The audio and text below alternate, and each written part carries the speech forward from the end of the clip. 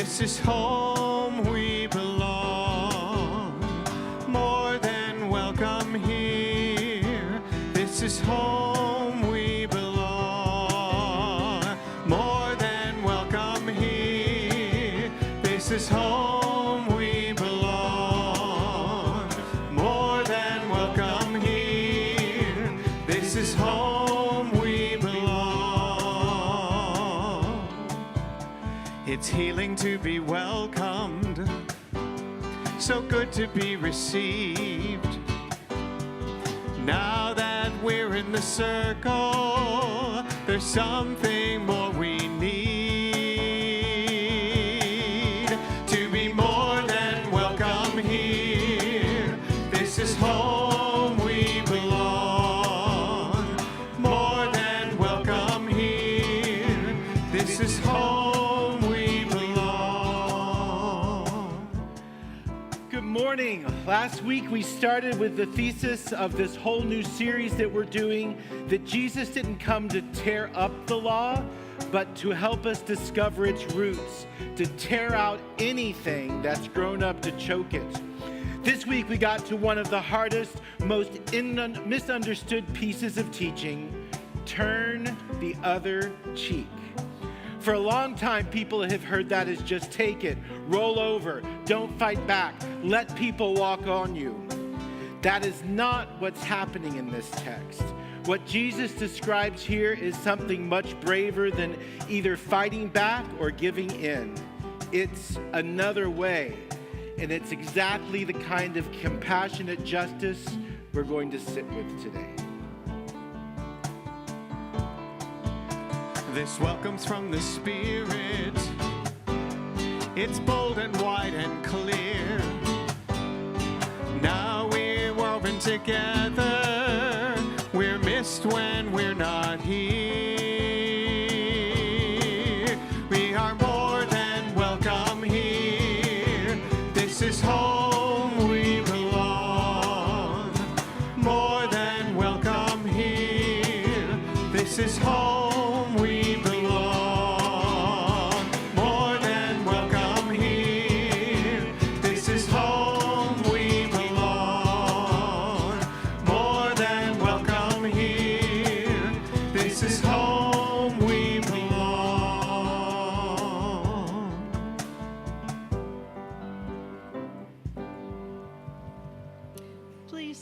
As you are able and willing to participate in the call to worship. We do not come here to bow our heads in defeat. We do not come here to raise our fists in hatred. There is a third way, older than both. The way of the one who would not be humiliated and would not humiliate in return. Christ stood before power and did not flinch and did not strike back. Christ found a way to say, "You cannot make me less than you, and I will not make you less than you." So we come to worship the God of that third way. The God who roots out violence without planting new violence in its place. Let us worship the God of compassionate justice. Let us worship.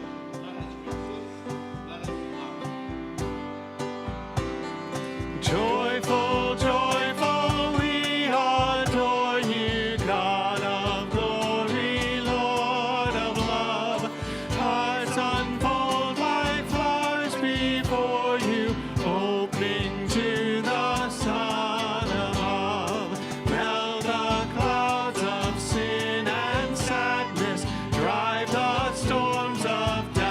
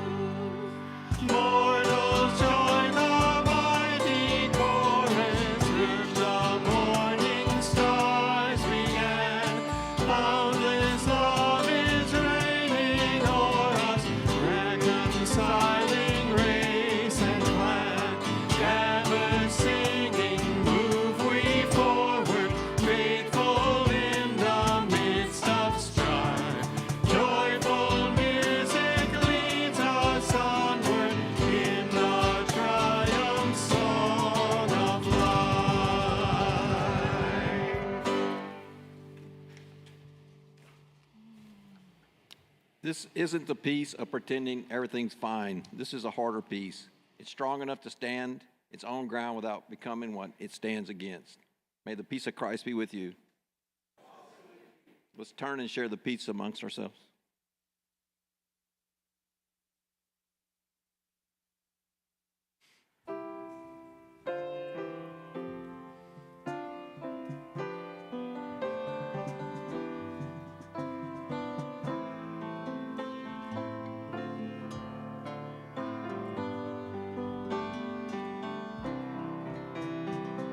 Spirit of life, come unto me.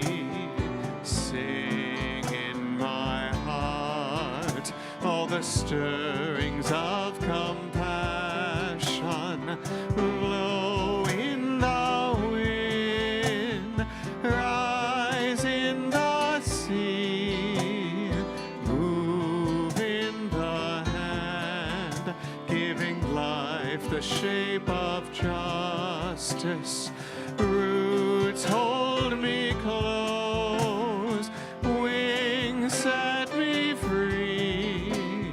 Spirit of life, come to me, come to me.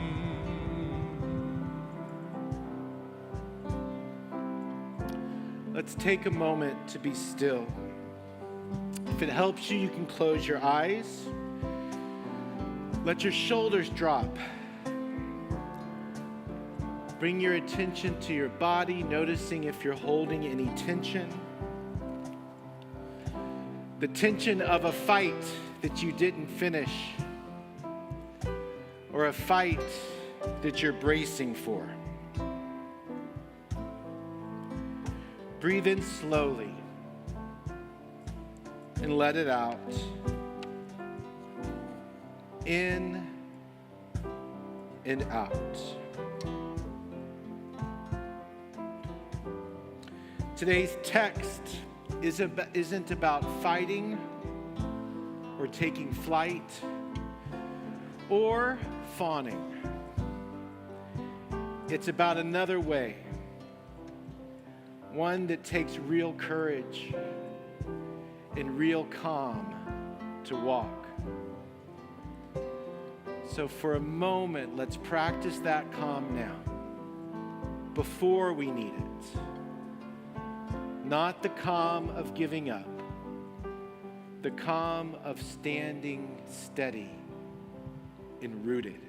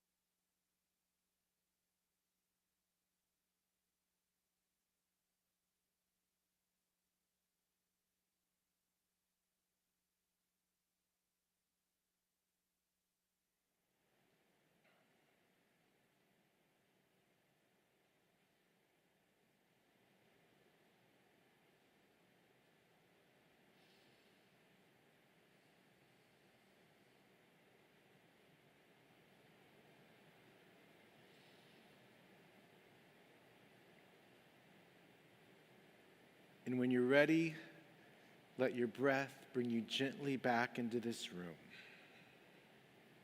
Steady and ready.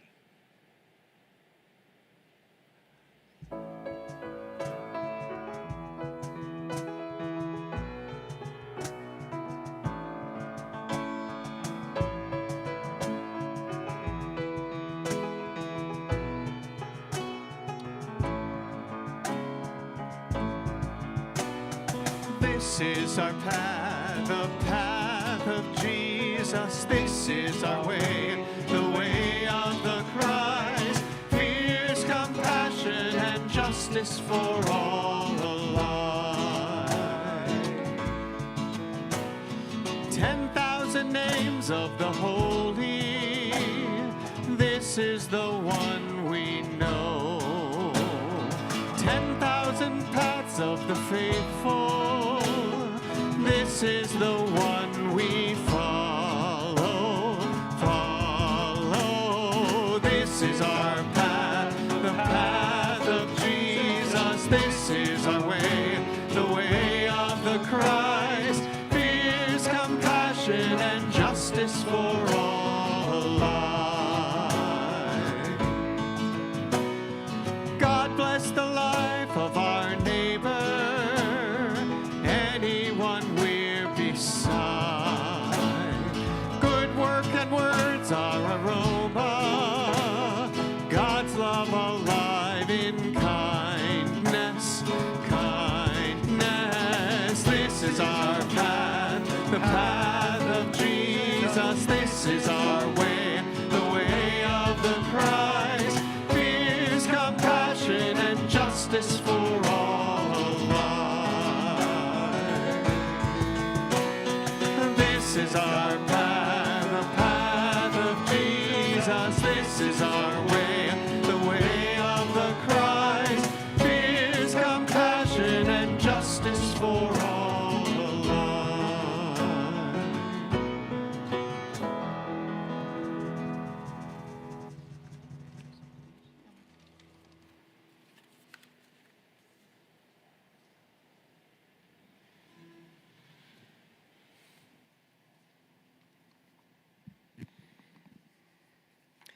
Good morning. As a true Midwesterner, I take note when I come across a really good Jell-O salad recipe. That happened this week. As most of you probably know, it's not a really successful church social, family reunion, or holiday without a couple Jell-O salads that really aren't salads. The recipe I came across this week had among its varied ingredients lemon Jell-O. Fair enough. Then it gets interesting right away. Diced ham, vinegar, mustard, mayonnaise, of course, cabbage slaw, and for that mandatory crunch, chopped celery. It's not a real Jell-O salad unless it has a couple unexpected ingredients that need interpretation. Without those ingredients, it's not even worth the effort of taking it out of a mold, in my opinion. Today's reading is one of those Jell-O salads.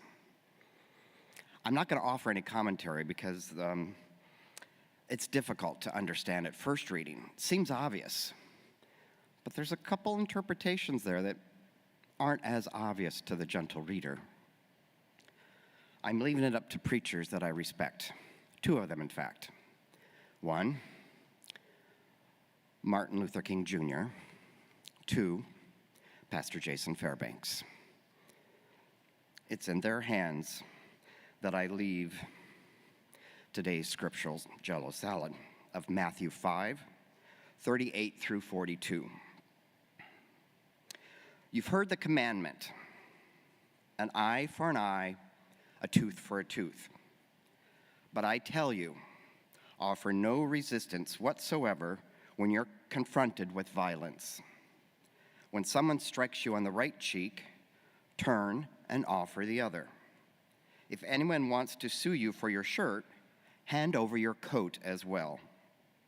Should anyone press you into service for 1 mile, go 2 miles.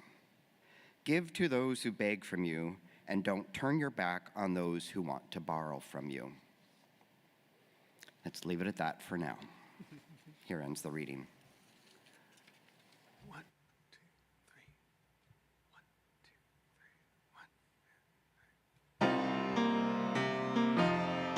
1. In a time of disease, we are called to be healers, embodying love's holy care. We follow the healer who tended the suffering, restoring the wounded, our work and our prayer. We are joyful and strong as our faith is revealed in the richest abundance of fruit that we yield. We are rooted and grounded in love, like a tree by the river. We're planted so deep. We are rooted and grounded in love. With each gift that we bring and each promise we keep, as we birth a new world where we all have enough, we are rooted and grounded in love. In a time of distrust, we are called to be teachers, embodying love's holy grace. We follow the teacher who welcomed the stranger, enlarging love's around with each sacred embrace. We are joyful and strong as our faith is revealed in the richest abundance of hope that we yield. We are rooted and grounded in love, like a tree by the river. We're planted so deep. We are rooted and grounded in love. With each gift that we bring and each promise we keep, as we birth a new world where we all have enough, we are rooted and grounded in love. In a time of despair, we are called to be prophets, proclaiming all people as one. We follow the prophet who cried out for justice. Our lives offered up so love's will can be done. We are joyful and strong as our faith is revealed in the richest abundance of fruit that we yield. We are rooted and grounded in love, like a tree by the river. We're planted so deep. We are rooted and grounded in love.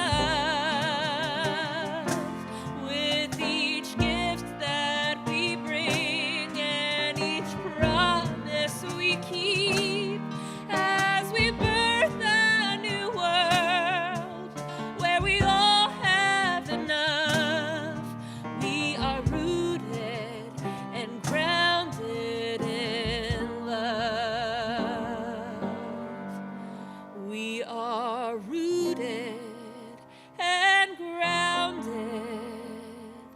in love.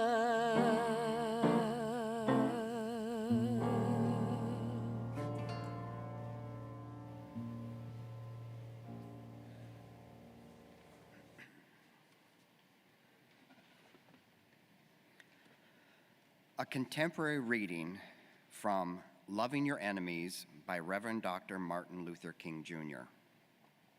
History, unfortunately, leaves some people oppressed and some people oppressors.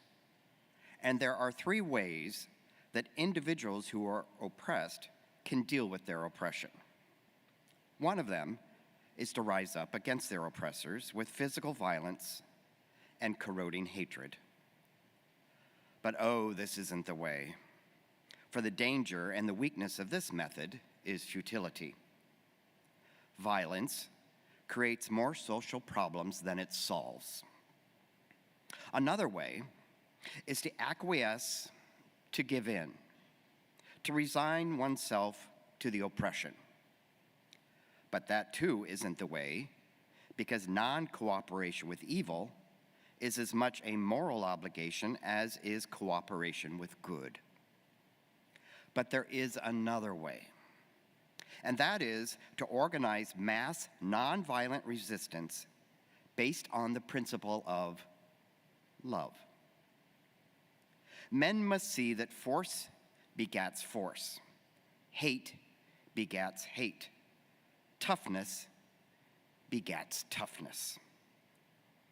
And it is all a descending spiral, ultimately ending in destruction for all and everybody. Somebody must have a sense enough and morality enough to cut off the chain of hate and the chain of evil in the universe. And you do that by love.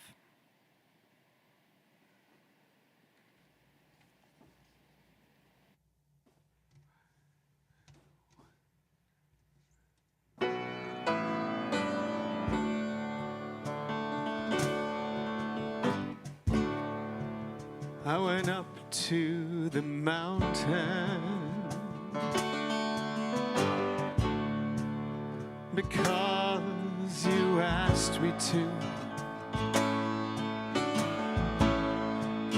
Up over the clouds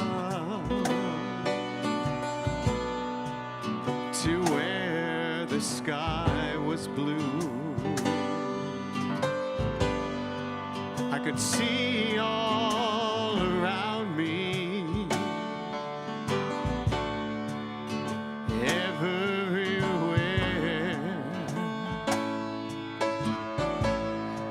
I could see all around me, everywhere.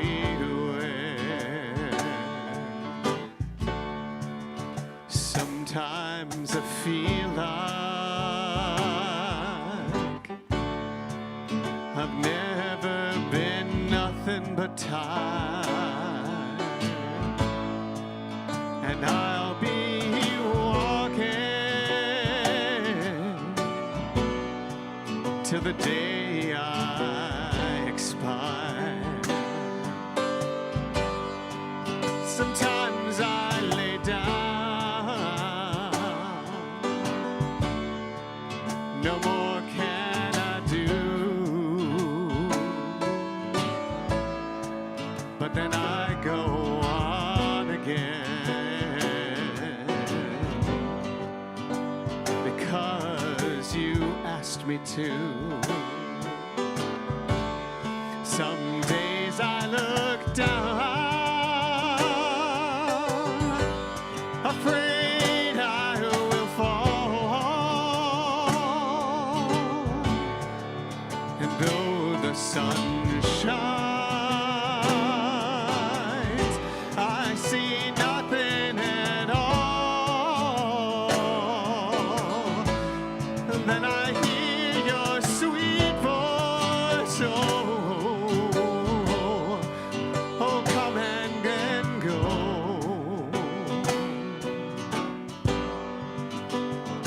Telling me softly, you love me so. The peaceful valley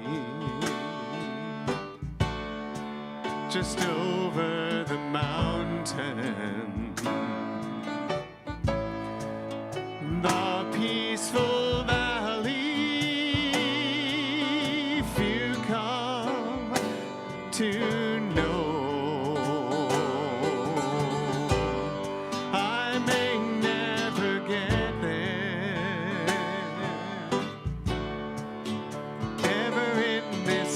lifetime, but sooner or later, it's there I will go. Sooner or later, it's there I will go. The peaceful valley, just over the mountains. The peaceful valley, few come to know. I may never get there, ever in this lifetime, but sooner or later, it's there I will go. Sooner or later, it's there I will go.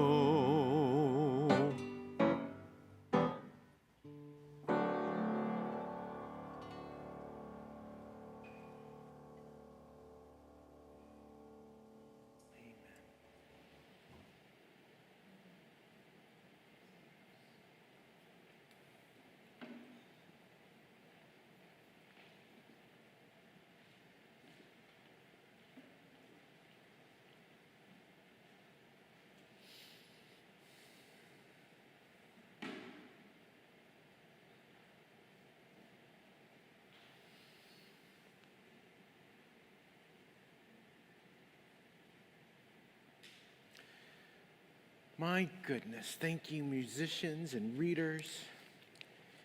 It is such a privilege to be a part of this community and worship.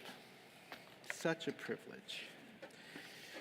We are continuing our series through the rest of the Sermon on the Mount. We spent a couple of months plus on the Beatitudes, hearing about what our identity is, that we are those that are blessed.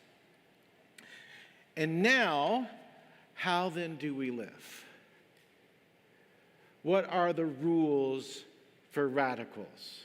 And not radicals, those on the fringe, radicals in the ancient meaning of the word of root, those that are rooted in the reality that we are blessed right where we are, just as we are.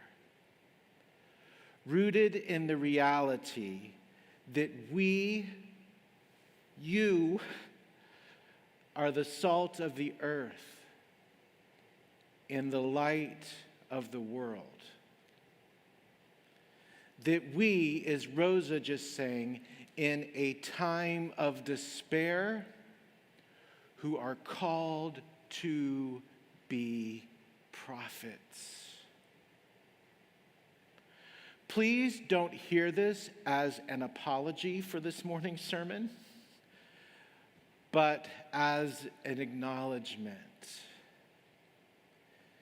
that it is really uncomfortable for some of us that are here, and a lot of folks that aren't here, this shift of talking about just a relationship with Jesus, just visualizing world peace, to talking about taking action. I know that's hard. It's hard for me.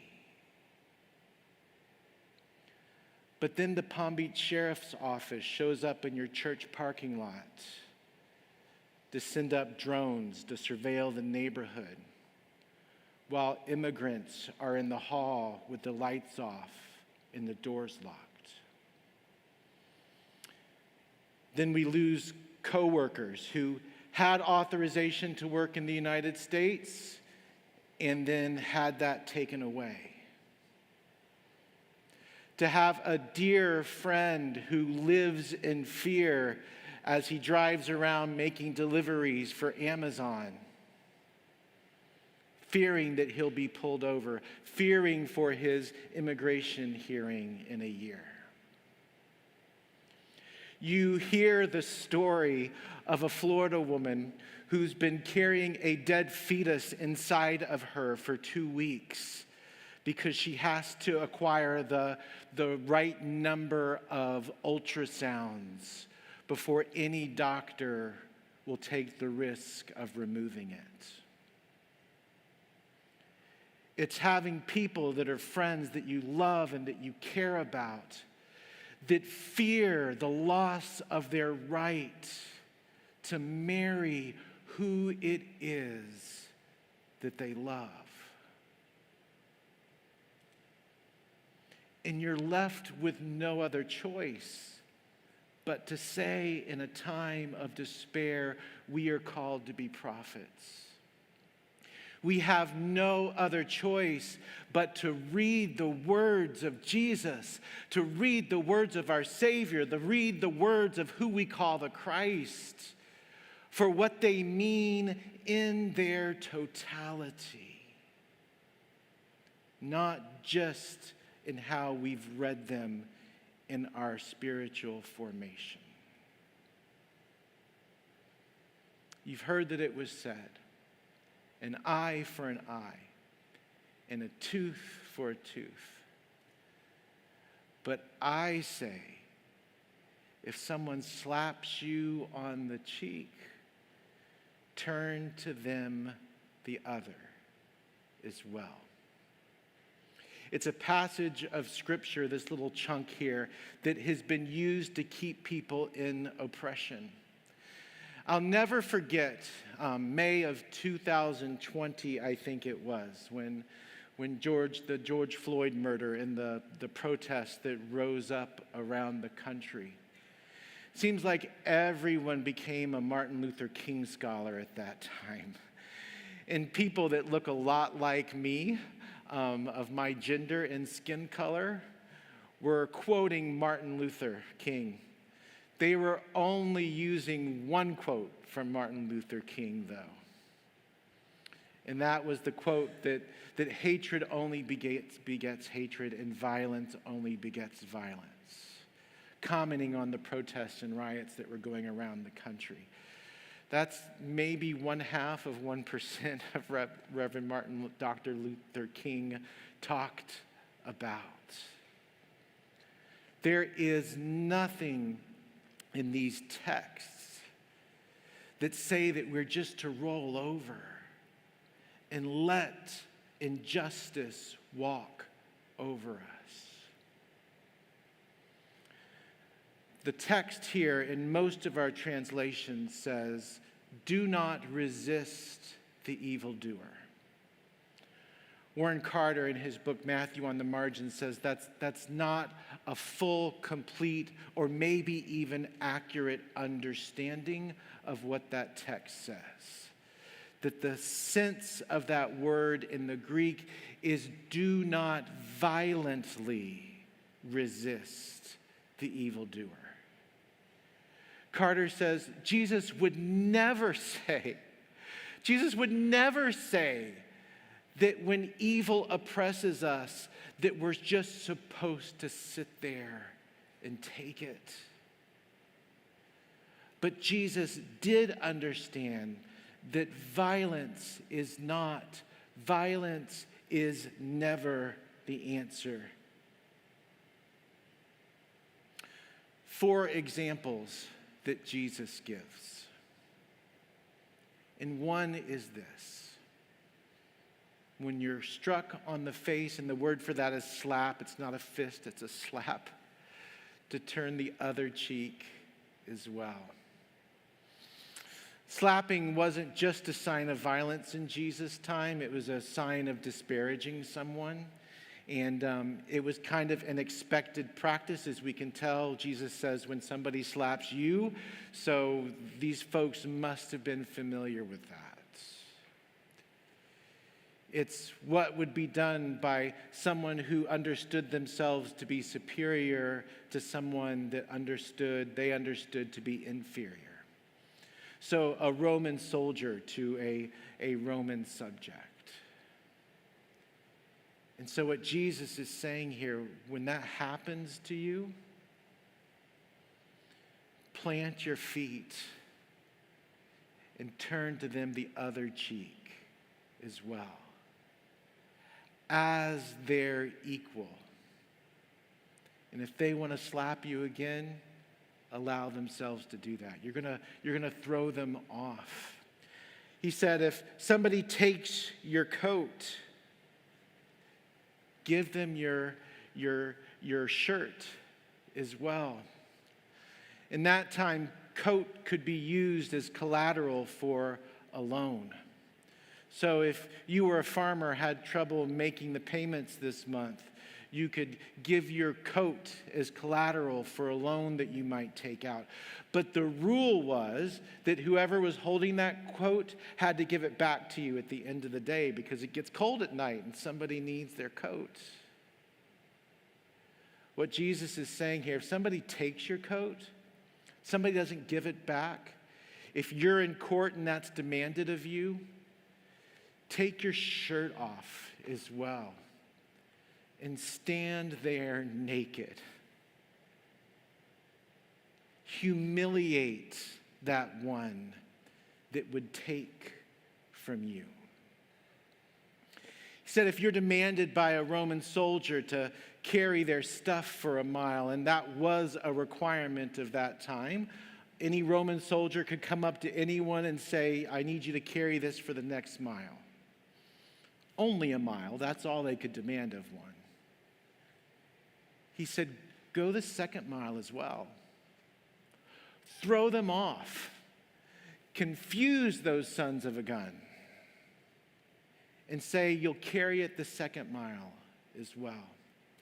If somebody asks to borrow money from you, if somebody comes up to you and says, here's what I need, Jesus said, just give it to them. Give it to them. Don't worry if they can pay it back or not.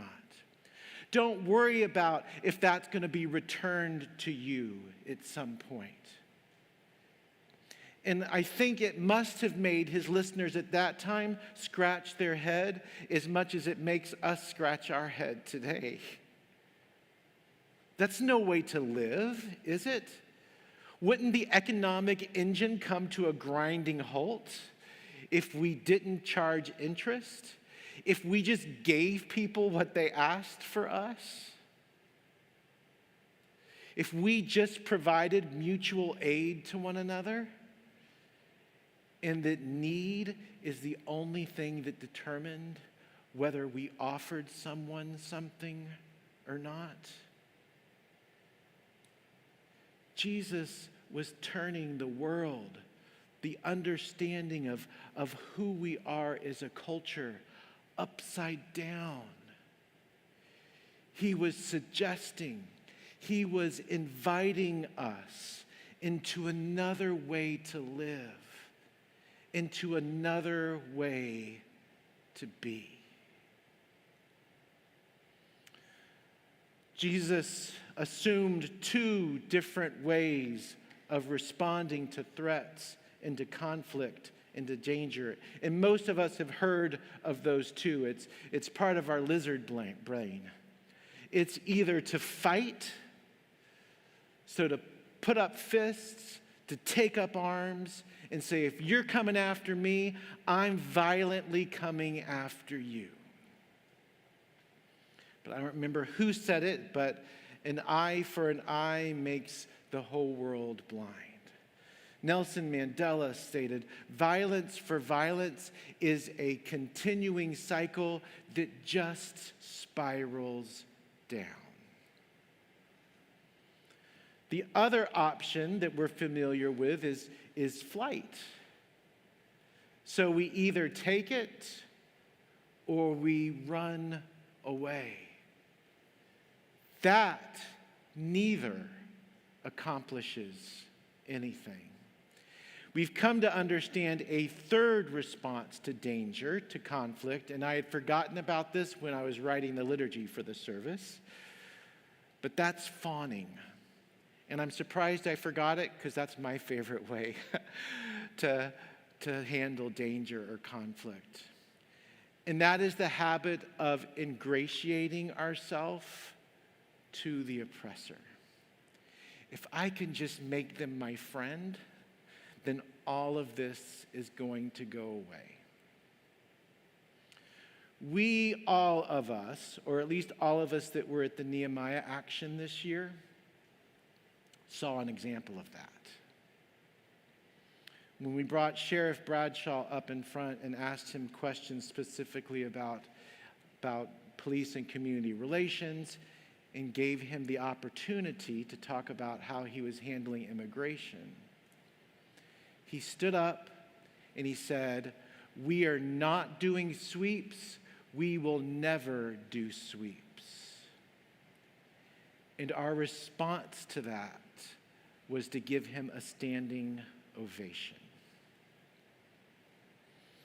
Sheriff Bradshaw on that night was telling 1/4 of his truth. Maybe they're not doing sweeps, but if you saw footage of the man that was cornered in the bakery in downtown Lake Worth, there were plenty of sheriff officers around there. 2 weeks ago, sheriff officers ended up in our parking lot, surveilling the neighborhood, looking for immigrants. And yet we have this desire to make these oppressive systems our friends. And so it's really hard to stand up for justice. Jesus was brilliant, comes up with another way in these passages. You are not to violently resist. You are not to run. You're not just to take it. You're not to tell lies and ingratiate yourself with the oppressor. You need to be wise as serpents, but you need to be gentle as doves. Don't violently resist. So what are our other options? Emmett Fox in the Sermon on the Mount talks about an option, and that is to make sure that we're squared away inside. Emmett Fox talks about when we face this oppression, that we remember who we are and we remember whose we are. We remember that even the oppressor bears the image of God in them. I think that is wise counsel. I think that is necessary counsel. I think that is counsel that's especially helpful for us that don't find ourselves oppressed that often. It is, however, incomplete counsel. The other part of that necessary part is resisting, but resisting non-violently. It's the only thing that has ever worked. Reverend Dr. Martin Luther King, drawing from Gandhi, drawing from his mentor, Reverend Howard Thurman, said there is a way to do this which respects ourselves and shows compassion and love for the oppressor, because that's what the point of all of this is. So what do? Stand up and go to the front of the bus. Sit at the lunch counter. Organize the power that we have as people to stand up and make a difference in our community, and in our world. I know that we are despairing right now. Heard something a couple times this week that I think at some time I heard before and then forgot it. And I'm not remembering who it was. There's a couple of people who have noticed this. But there has never been a time in human history where 3.5% of the people deciding to organize and resist has not caused transformation in a society. Just 3.5%.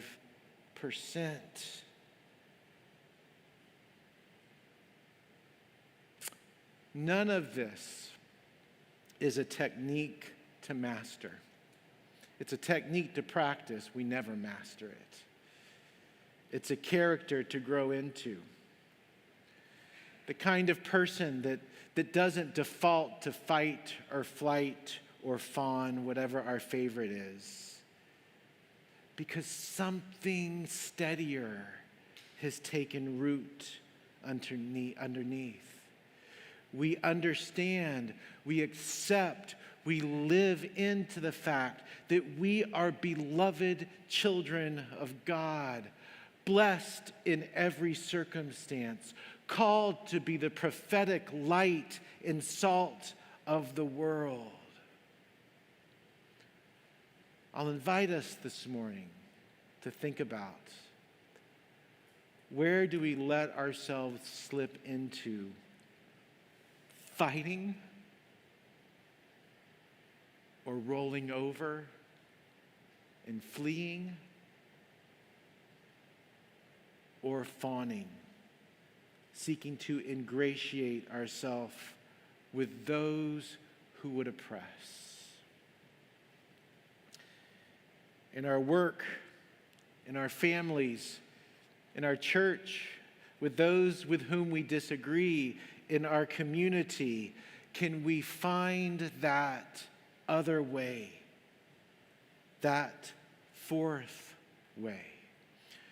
Invitation this week, self-observation. Self-observation is the key to all of this. Notice where you find yourself being pulled into that fight, flight, or fawning. And ask yourself, how else might I respond to this? Rooted, dignified, compassionate. What would that look like? We don't have to invent it from scratch. Jesus is explaining to us, telling us how we can respond. As we said in our call to worship, we do not come here to bow our heads in defeat.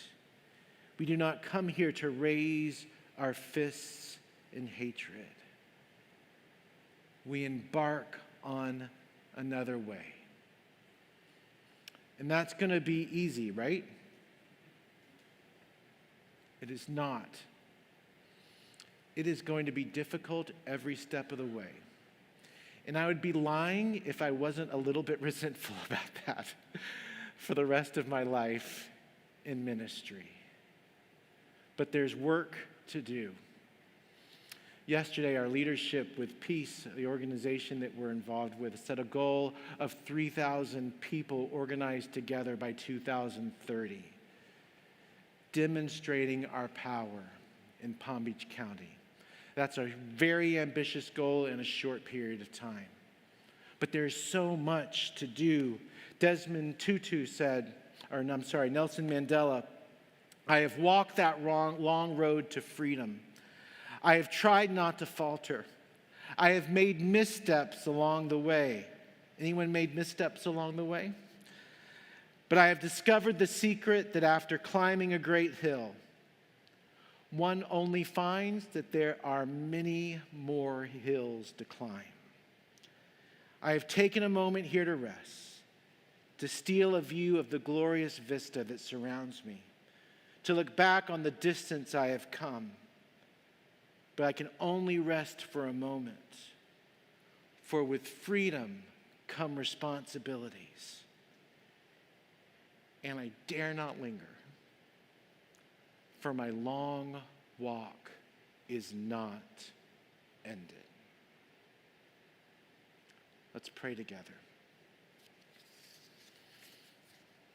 God, you have left us with few to no excuses. You have provided us with the example of Jesus, the example of Gandhi, of Martin Luther King Jr., of Nelson Mandela, Oscar Romero, Dorothy Day. Those who in times of despair understood that they were prophets, that in time of disease and illness understood themselves to be healers. We confess that we're tired. We confess that we would rather not have to deal with this in this time and in this place. In those moments of weariness, God, open our hearts to the plight of those that we love. Open our hearts to the plight of our neighbors. Open our hearts to the plight of our planet, to a world in despair, in the midst of the most abundance in knowledge that we've ever experienced before in history. Strengthen us, enliven us, encourage us. Help us feel our roots planted firmly in the love of God and one another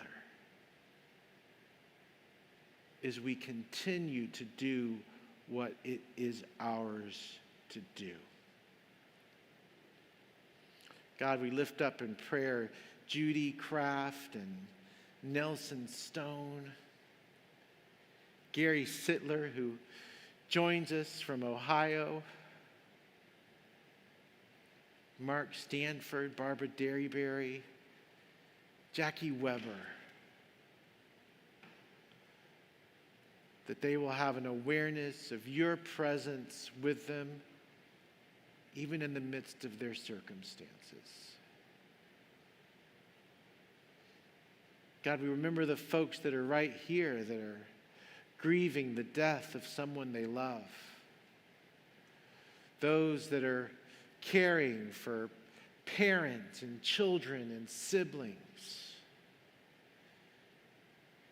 In work that never seems to end. Climbing hills and then finding another and then finding another. May we be sensitive to the needs of those folks in our midst. May we be ready as you have invited us to respond to what is asked for us, to share what we are able. We pray all of these things in the name of the great resistor, Jesus the Christ, who teaches us to pray, saying, Our Mother and Father, always with us, hallowed be your name. Your kingdom come, your will be done on earth as it is in heaven. Give us today what we need for today. Forgive our debts as we forgive our debtors. Be with us in the trials of life and deliver us from evil. For yours is the kingdom and the power forever. Amen. Amen. That was a little bit too long. Sorry about that.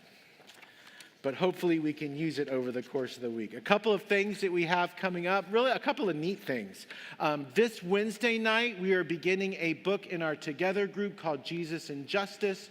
That is a great book. It's a short book.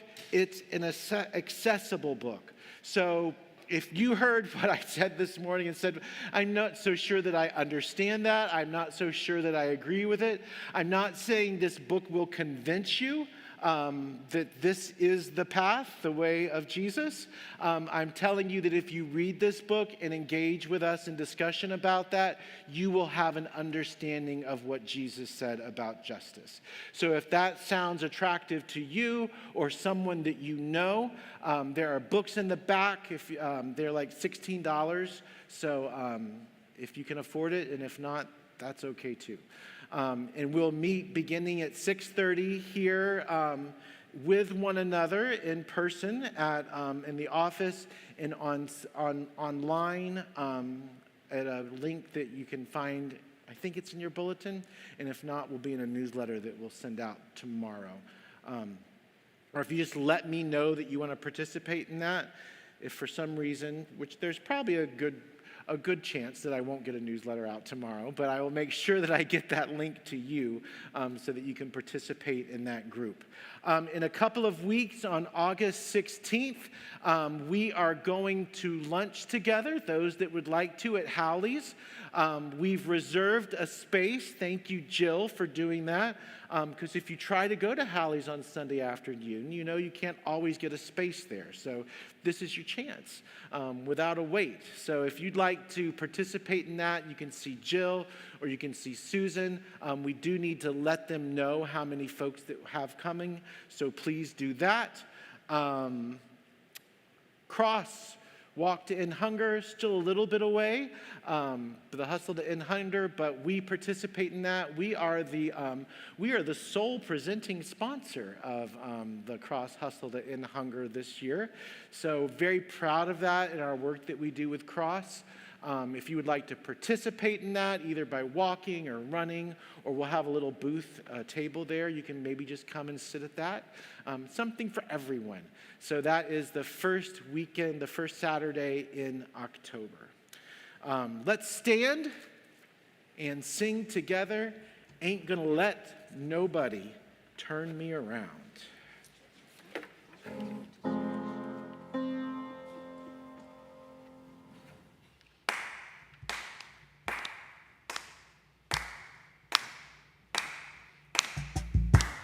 Audience participation, let's go. Ain't gonna let nobody turn me around, turn me around, turn me around. Ain't gonna let nobody turn me around. I'm gonna keep on walking, keep on talking, marching up to freedom land. One more time, ain't gonna let nobody